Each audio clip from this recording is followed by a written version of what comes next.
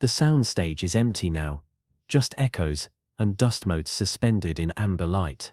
September 1960, 20th Century Fox, Stage 14, 4:47 p.m.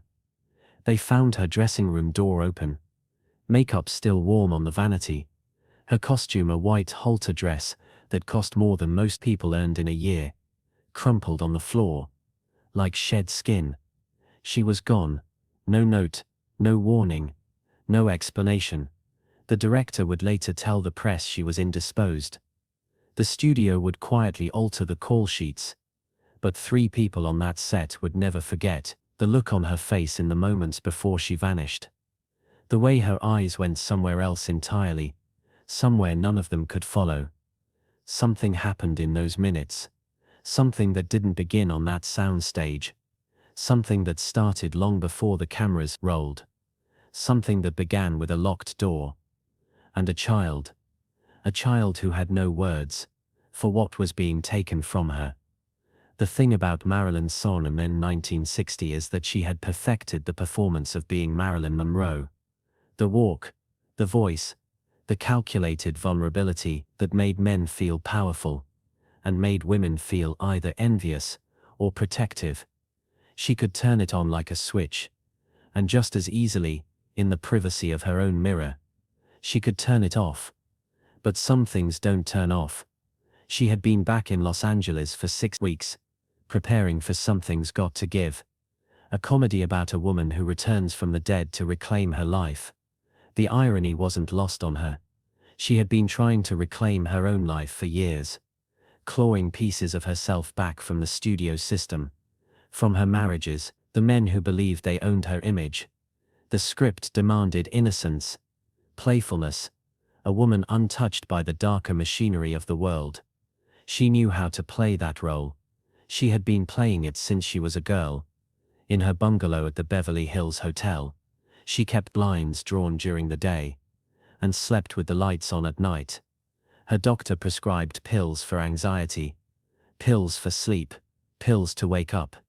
She took them in sequence, like rosary beads, each one a quiet prayer, that she might feel normal, that she might feel safe, that she might forget.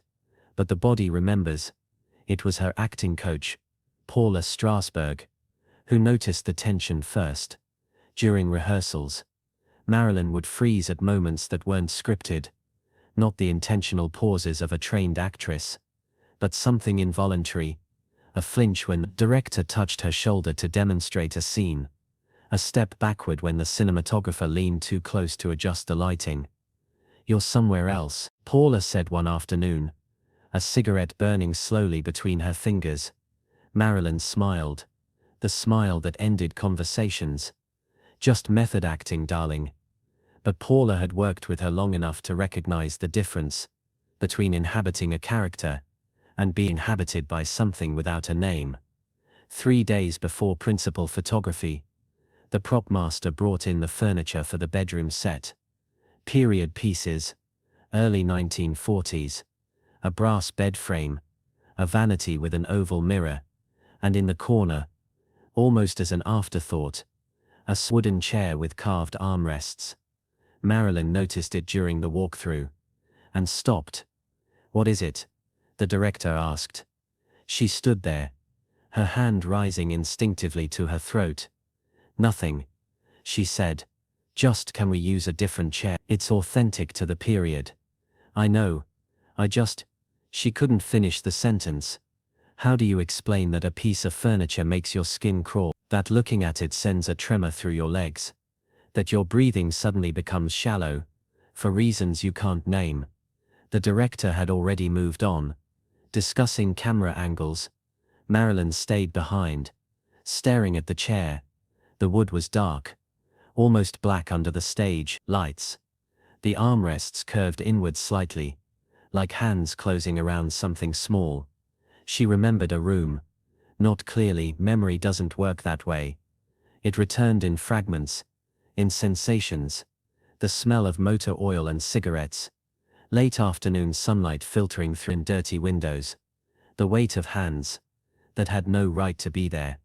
A voice, calm, instructive. Be still now. Don't make a fuss. She was 8, maybe 9, living with a family friend, one of many temporary homes before the foster system claimed her completely. His name no longer mattered, but the chair in his workshop did. The way he would sit her down, the way he would close the door, the way her body learned to leave itself, to rise upward, near the ceiling, to watch from a safe distance, while something happened to the girl in the chair. Be still. She never told anyone. Children rarely do, especially children who already know they are unwanted. She learned to smile through it, learned to disappear inside herself, learned that her body was something that happened to us, not something that belonged to her. Years later, when the world demanded Marilyn Monroe, it demanded that same body, compliant, available, unthreatening, and she gave it to them, because she had been trained since childhood to believe that was what bodies for. That night, sleep wouldn't come. The pills didn't help. She lay awake in the dark, listening to the Santa Ana winds rattle the windows, feeling the familiar sensation return, the splitting, the doubling, the part of her that wanted to run, and the part that had learned long ago that running was useless. The first day of shooting was a disaster. Marilyn arrived late, not fashionably late, not the kind of lateness people forgave, because it came with glamour. This was different. This was her body refusing to move. Her driver waited nearly 20 minutes. The engine idling, the soundstage doors visible through the windshield, while Marilyn sat in the back seat, hands trembling, staring at the entrance as if it was something alive, as if crossing that threshold required more than courage, as if it required permission her body would not give. When she finally stepped onto the lot, the crew pretended not to notice. They had worked with her before. They knew the rituals, patience, accommodation, the unspoken understanding that genius was fragile and expensive. The scene was simple. Her character wakes in the bedroom, stretches, walks toward the window, sunlight, hope, rebirth, easy, but the chair sat in the corner of the frame, unremarkable to everyone else. Marilyn hit her mark, smiled at the director, and then, her body stopped, not theatrically, not in protest. It simply refused. Her legs would not move. Her throat tightened. The soundstage filled with lights, voices, the smell of coffee and sawdust, collapsed inward. It became another room, smaller, darker, workshop. The director's voice floated toward her. Marilyn, whenever you're ready. She opened her mouth. Nothing came out. The cinematographer adjusted the lights. An assistant offered water. Take your time. But time wasn't the problem. Time had already betrayed her. Time had allowed it to happen, had buried it deep. And now, time had brought it back, in the shape of a wooden chair, with curved armrests. Can we? Her voice sounded unfamiliar to her own ears. Can we move the chair? The art director hesitated. It's been approved by. Please. They moved it. But it was already too late. The shape was inside her. Trauma was not a memory. It was a reaction. It lived in muscle, in breath, in the nervous system. She made it through 2 takes. Then dissociation began. Paula saw it immediately. The glassy eyes, the mechanical movements. Let's take a break. In the dressing room, Marilyn slid down the wall, sitting on the floor. Her hands shook so badly she couldn't light her cigarette. Paula lit it for her. It sat beside her. Neither of them spoke for a long moment. I can't do this, Marilyn whispered. The seer Paula asked gently. Any of it. She inhaled, held the smoke, released it slowly. Do you ever feel like your whole life is just pretending you're not scared? Paula didn't answer right away. What are you scared of? She finally asked. Marilyn smiled. Not the Marilyn smile. This one held no performance. That's the thing, she said quietly. I don't know anymore. It's just in my body. Like my body knows something I don't want to remember. The second incident came 3 days later. They were rehearsing a scene of reunion. Her character's husband embraces her. From behind. Joy, relief. Return. The actor was careful. Professional. He telegraphed every movement. But the moment his arms closed around her ribcage, Marilyn froze. Not acting. Not performing fear. Frozen. Her breath caught. Her muscles locked. The soundstage vanished. She was 8 again. Pinned in place. A voice from long ago returned. Be still. Don't make a fuss. Her breathing became shallow. Rapid. The beginning of a panic response.